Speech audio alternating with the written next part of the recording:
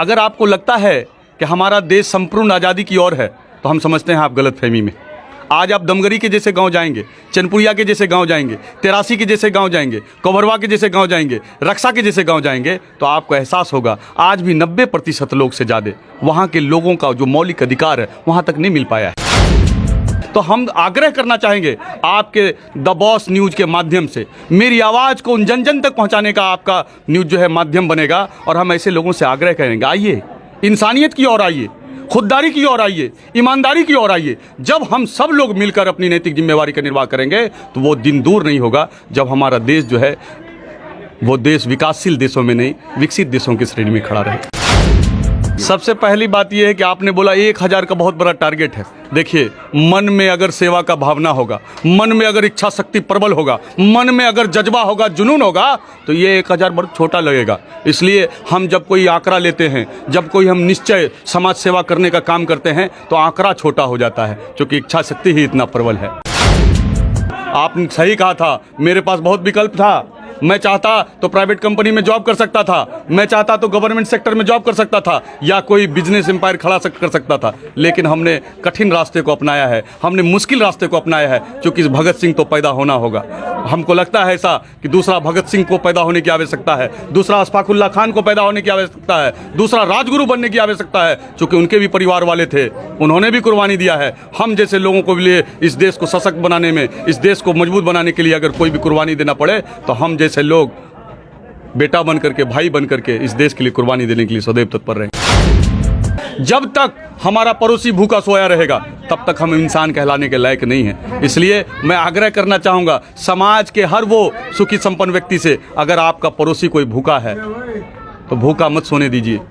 भूखा अगर सोने दीजिएगा ना तो आपका जमीर मुर्दा हो जाएगा, आपकी इंसानियत खत्म हो जाएगी। इंसानियत को जिंदा करना है। नमस्कार, मैं हूं आकिब जावेद और आप देख रहे हैं द बॉस न्यूज़। अभी मैं राजनपुर मध्य विद्यालय में मौजूद हूं और यहां पर आप सीधा आप इस पोस्टर को देखेंगे कि कोसी समाज सेवा संगठन, जिसके संस्थापक जो है मीर रिजवान जी हैं, और उन्होंने आज एक प्रोग्राम रखा था क्योंकि ठंड का टाइम है और गरीब निसहाय लोगों को काफ़ी ज़रूरत होती है कंबल की।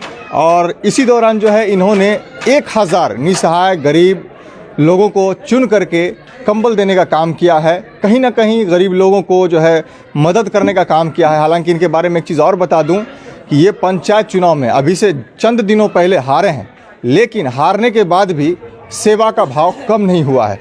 हमारे साथ मीर रिजवान जी मौजूद हैं, आइए इनसे बात करेंगे कि आखिर किस तरह से वितरण हुआ और क्या क्या कार्यक्रम रहा, किस तरह से चला। मीर रिजवान जी, सबसे पहले हमारे चैनल आने के लिए बहुत बहुत धन्यवाद आपका। किस तरह से आप कार्यक्रम किए और इस बार जो है आप पंचायत चुनाव हारने के बाद भी जनता के बीच में किस तरह से मौजूद हैं? देखिए, सबसे पहले जो आपने सवाल किया है कि चुनाव हारने के बाद मैं सेवा कर रहा हूं, तो मैं शुक्रिया पहले अदा करना चाहता हूं द बॉस न्यूज़ का कि आपने जो आवाज़ उठाने का काम किया है, आपने जो इंसाफ को दिखाने का काम किया है, वो पत्रकारिता का जो सही काम है वो आप कर रहे हैं।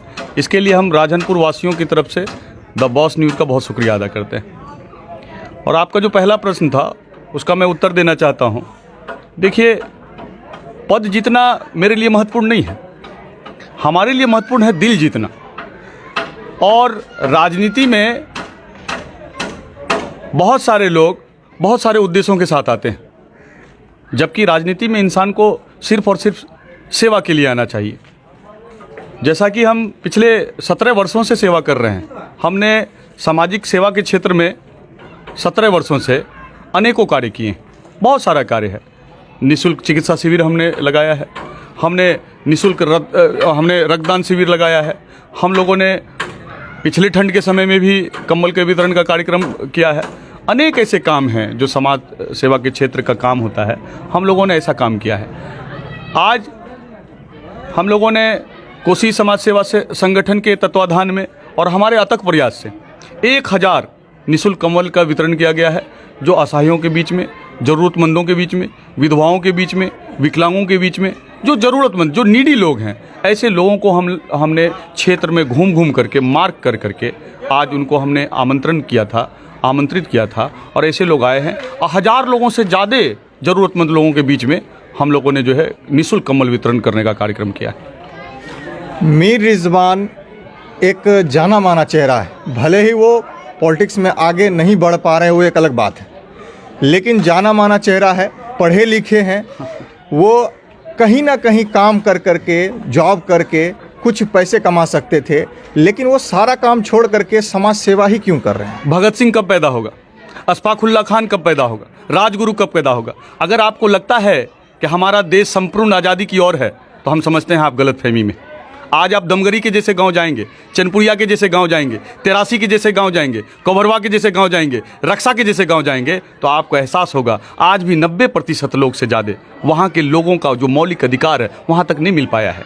तो हम समझते हैं दूसरे अशफाकुल्ला खान को पैदा होना पड़ेगा, दूसरे भगत सिंह को पैदा होना पड़ेगा, दूसरे राजगुरु को पैदा होना पड़ेगा। और जहाँ तक बात चुनाव की रही, तो हम तो राजनीति में सिर्फ सेवा के लिए आए हैं। देखिए, बहुत दुख की बात है, आपने बड़ा अच्छा सवाल किया, बड़े दुख की बात है कि आज का जो वर्तमान राजनीति है वो गंदा हो गया है, वो गंदी नाली की तरह है। लेकिन सवाल ये उठता है कि उस नाली को फिर साफ कौन करेगा? तो अच्छे लोगों को राजनीति में आना होगा, और अच्छे लोग जब भी राजनीति में आएंगे तो उनके बदन पर भी छींटा उठेगा, कीचड़ पड़ेगा। ये आसान काम नहीं है, ये कठिन रास्ता है। कहीं ना कहीं आपके बोलने का मतलब है कि अच्छे लोग आगे नहीं बढ़ पाते हैं, धन बल के बल पर। बिल्कुल, निश्चित तौर पर आज का जो वर्तमान राजनीति है चाटुवाद के आधार पर है, पूंजीवाद के आधार पर है, जातिवाद के आधार पर है, अवसरवाद के आधार पर है।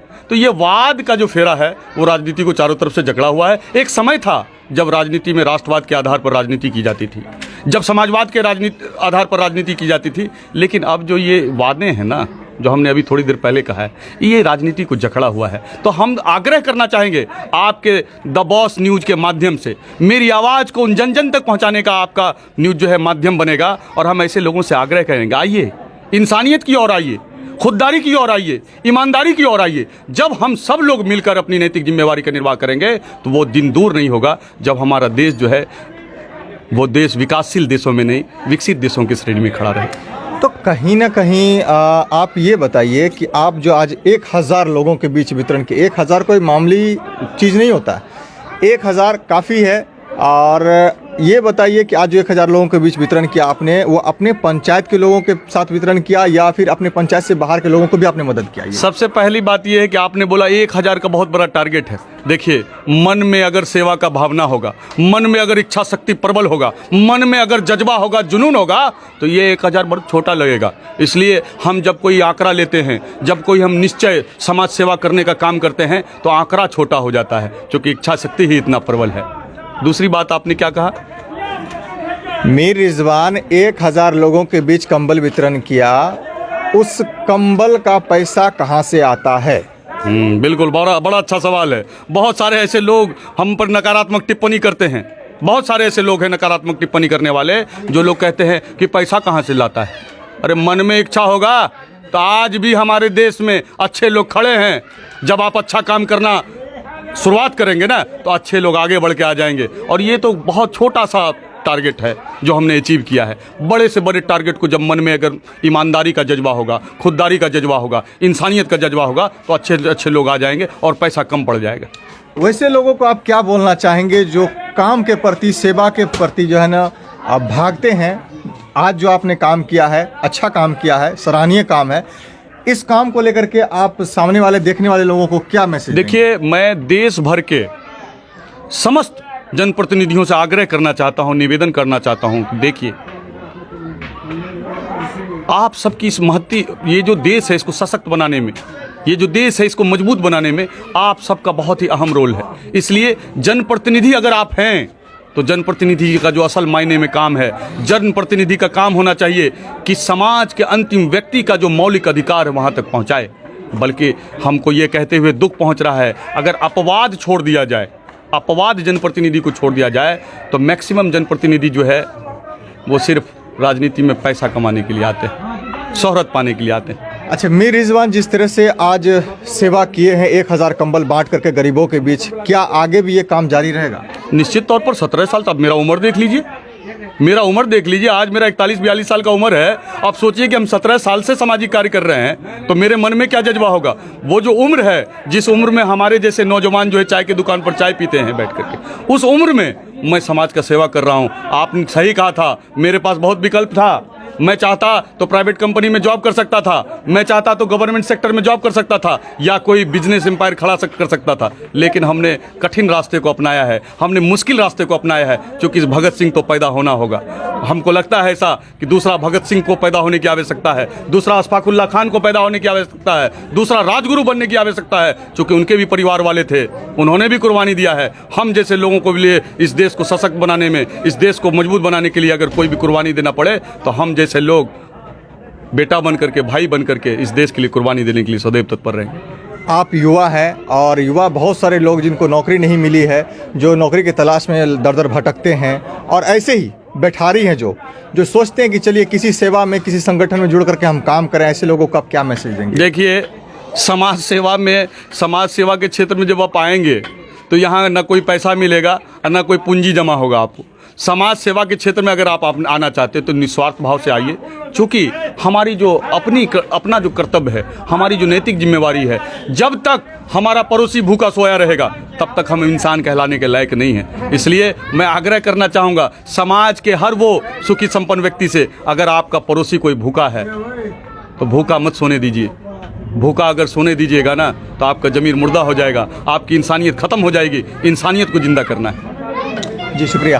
तो ये थे हमारे साथ मीर रिजवान जी। इनका कहना था कि देखिए, जब तक पड़ोसी अगर भूखा रहेगा तो इंसानियत कहीं नहीं बचेगी।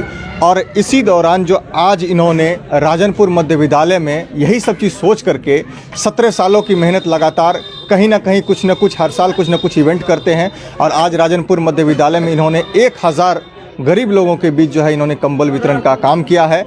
और इनका कहना है कि आगे भी लगातार जो भी संभव मदद हो सकेगी हम लगातार करते रहेंगे। हारें जीतें इससे हमें कोई मतलब नहीं है। ऐसे ही खबरों को देखने के लिए आप बने रहें हमारे साथ और देखते रहें द बॉस न्यूज़।